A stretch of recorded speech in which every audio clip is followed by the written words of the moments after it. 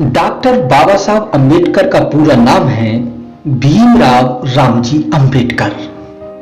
महाराष्ट्र के रत्नागिरी जिले के मंडलगढ़ तहसील में दापोली के पास एक छोटा सा गांव है अंबाडवे। यही बाबा साहब के पुरखों का गांव है। भीमराव की माताजी का नाम भीमाबाई और पिताजी का रामजी सकपाल था। बाबा साहब अंबेडकर के दादाजी का नाम नानाजी सकपाल था। सकपाल इनके परिवार के कुल का नाम है, जो उनका भूषण व गौरव माना जाता है।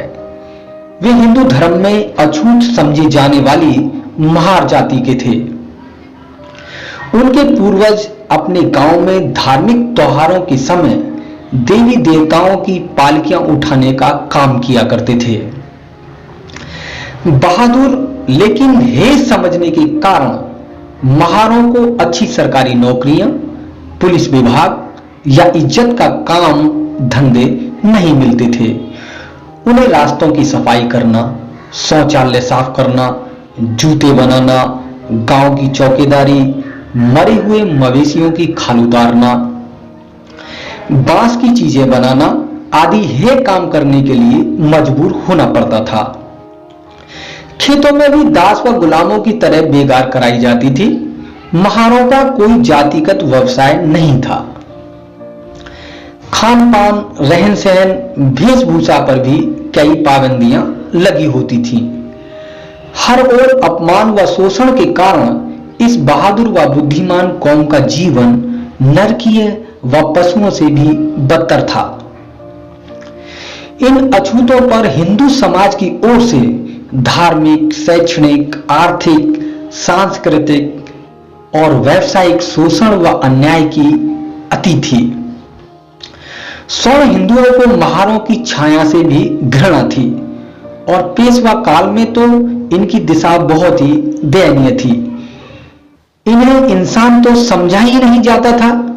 गुलामी की बेड़ियां इतनी मजबूती से जकड़ी हुई थी कि मेहनतकश अछूत समाज बुरी तरह से त्रस्त था और निठल्ला वर्ग इनकी कमाई पर ऐशो आराम से जिंदगी गुजार कर रहा था। महार जाति की बस्ती गांव से बाहर की ओर होती थी, जिसे स्वर्ण लोग हे दृष्टि से महारवाड़ा कहते थे। इतिहासकारों का मानना है कि महार महाराष्ट्र के मूल निवासी थे और इन्हीं के नाम पर महार राष्ट्र यानी महाराष्ट्र नाम पड़ा। महार शब्द की उत्पत्ति महा अरी से मानी जाती है, यानी बड़ा दुश्मन। इस जाति के लोग मजबूत कदकाठी वाले, रौवीली आवाज, बुद्धिमान व बहादुर, लड़ाकू प्रवृत्ति के होते थे। इसी कारण राजा महाराजाओं द्वारा सेनाओं में महारों को प्राथमिकता के साथ रखा जाता था।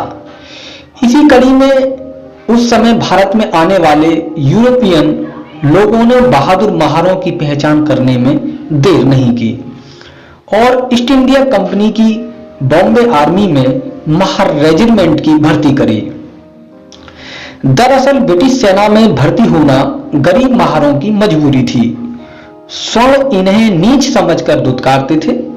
पेशवाओं की सेना में इन्हें भर्ती नहीं किया जाता था, इसलिए अपने परिवार के पालन के लिए ब्रिटिश सेना में भर्ती होना उनकी मजबूरी थी। जहां जात पात को नहीं देखा जाता था।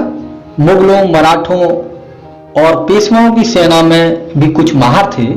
शुरू में ब्रिटिश सरकार की सेना में एक भारतीय फौजी सूबेदार मेजर पद तक पहुंच सकता था। इसी कारण उन्होंने अंग्रेजों को महारों के खिलाफ भड़काया।